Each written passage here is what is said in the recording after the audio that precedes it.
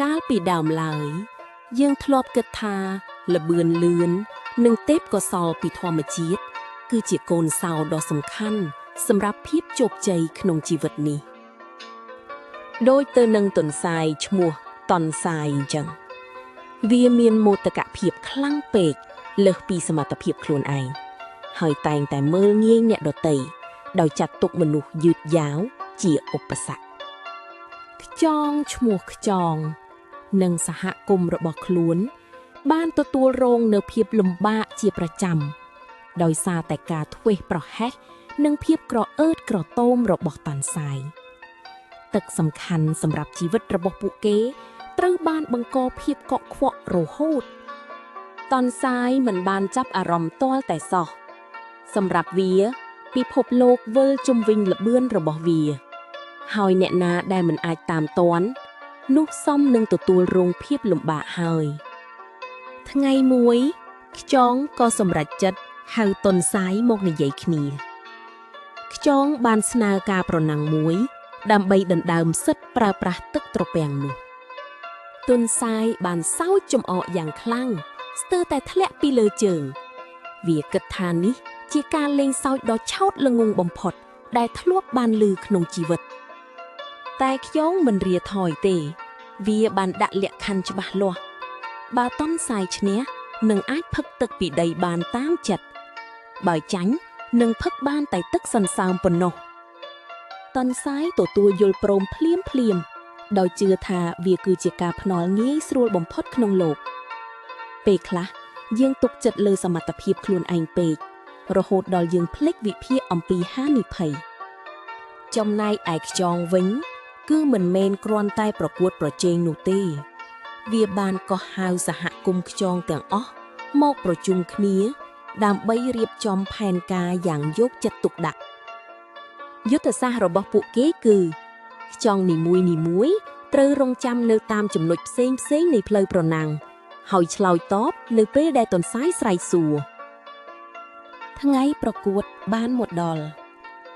តុនសាយឈរដោយមានទឹកមុខខ្ពើមរអើមដោយត្រៀមខ្លួនរត់បញ្ចប់ការប្រណាំងដ៏គួរឲ្យធុញនេះក្នុងរយៈពេលប៉ុន្មានវិនាទីពេលចាប់ផ្ដើមតុនសាយក៏ផ្ទុះល្បឿនយ៉ាងលឿនទៅមុខដោយភ្លេចបន្ទោវាគិតថាមិនចាំបាច់ប្រឹងអស់ពីកម្លាំងទេព្រោះដឹងថាគ្មានអ្នកណាអាចតាមទាន់បានបន្ទាប់ពីរត់បានមួយសន្ទុះវាបានឈប់ស្រែកសួរទៅក្រោយគ្រាន់តែចង់អួតពីភាពលឿនរបស់ខ្លួនប៉ុណ្ណោះតែមានអ្វីប្លែកសំឡេងតបមួយបន្លឺឡើងពីខាងមុខអូខ្ញុំនៅត្រង់នេះតើសំឡេងនោះបានធ្វើឲ្យទន្សាយភ្ញាក់ប៉ើលតើអាចទៅរួចយ៉ាងម៉េចវាគិតថាខ្យងនៅខាងក្រោយវាឆ្ងាយណាស់តើភាពភ័យស្លន់ស្លោតូចមួយបានចាប់ផ្ដើមផុសឡើងក្នុងចិត្តតុនសាយក៏បង្កើនល្បឿនទៅមុខកាន់តែខ្លាំងព្យាយាមយកឈ្នះសំឡេងដែលនៅខាងមុខនោះ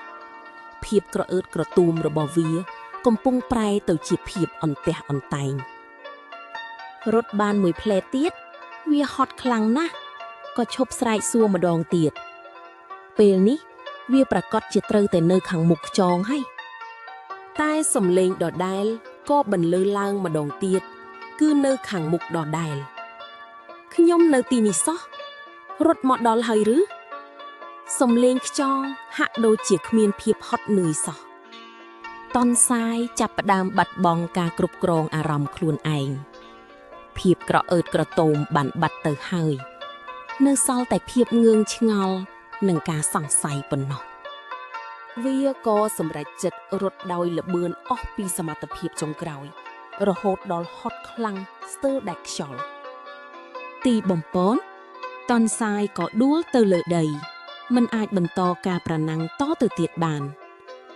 វាចាញ់ហើយដោយសារតែកម្លាំងខ្លួនឯងអស់ទៅហើយខណៈនោះខ្យងពិតប្រាកដក៏ចេញមកឈរនៅក្បែរតុនសាយវាហាក់ដូចជាមិនហត់នឿយអ្វីបន្តិចសោះឡើយ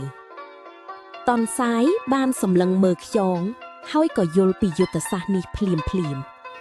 វាបានដឹងថាការប្រណាំងនេះមិនមែនជារវាងល្បឿនទេ តែជារវាងសាមគ្គីភាពនិងការរៀបចំផែនការខ្យងបាននិយាយថាតនសាយអ្វីដែលឯងគិតថាជាភាពខ្លាំងរបស់ឯងគឺបានធ្វើឲ្យឯងខ្វាក់ទៅវិញឯងរត់ម្នាក់ឯងខណៈដែលយើងធ្វើការជាមួយគ្នាជាក្រុមតនសាយបានព្រមទទួលស្គាល់ការបរាជ័យរបស់ខ្លួនដោយទឹកមុខហត់នឿយនិងស្ងប់ស្ងាត់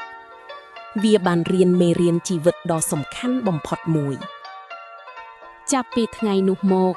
តនសាយបានបាត់បង់សិទ្ធិផឹកទឹកពីដីហើយត្រូវផឹកបានតែទឹកសន្សើមប៉ុណ្ណោះរហូតមកដល់សព្វថ្ងៃរឿងនេះបង្រៀនយើងថាជីវិតមិនមែនជាការប្រណាំងបុគ្គលទេតែជារឿងនៃការសហការគ្នានិងយុទ្ធសាស្ត្រភាពរហ័សរហួននឹងធ្វើឲ្យអ្នកទៅដល់គោលដៅលឿនតែភាពស្មោះត្រង់និងការរៀបចំផែនការនឹងធ្វើឲ្យអ្នកទៅដល់ទីនោះដោយសុវត្ថិភាពតើអ្នកធ្លាប់ពឹងផ្អែកលើទេពកោសល្យពីកំណើតរបស់អ្នកពេករហូតដល់ភ្លេចគិតគូរពីយុទ្ធសាស្ត្រនិងការងារជាក្រុមដែរឬទេកុំឲ្យភាពលឿននាំអ្នកទៅរកភាពក្រអឺតក្រទមពេលខ្លះការយឺតយ៉ាវបន្តិចតែមានផែនការច្បាស់លាស់ប្រសើរជាងការប្រញាប់ប្រញាល់ដោយគ្មានទិសដៅកម្លាំងពិតប្រាកដមិនមែនស្ថិតនៅក្នុងល្បឿនទេតែស្ថិតនៅក្នុងភាពប៉ិនប្រសប់និងការតស៊ូរបស់អ្នកសូមចាំថាល្បឿនអាចឈ្នះបានតែការប្រណាំងម្ដងម្កាលប៉ុណ្ណោះតែភាពឆ្លាតវៃនិងការសាមគ្គីអាចឈ្នះជ័យជំនះក្នុងជីវិតទាំងមូល